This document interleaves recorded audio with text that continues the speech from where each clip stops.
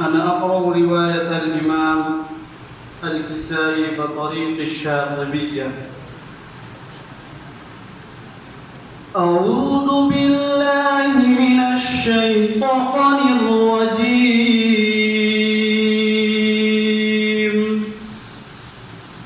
بسم الله الرحمن الرحيم.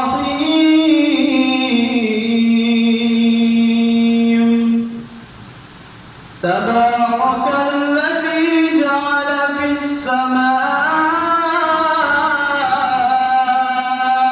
بروجا وجعل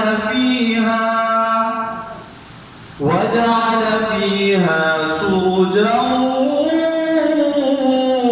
وقمرا منيرا.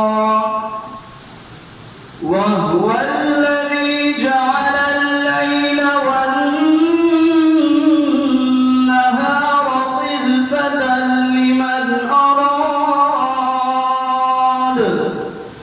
خلفة لمن أراد أن يذكر أو أراد شكورا.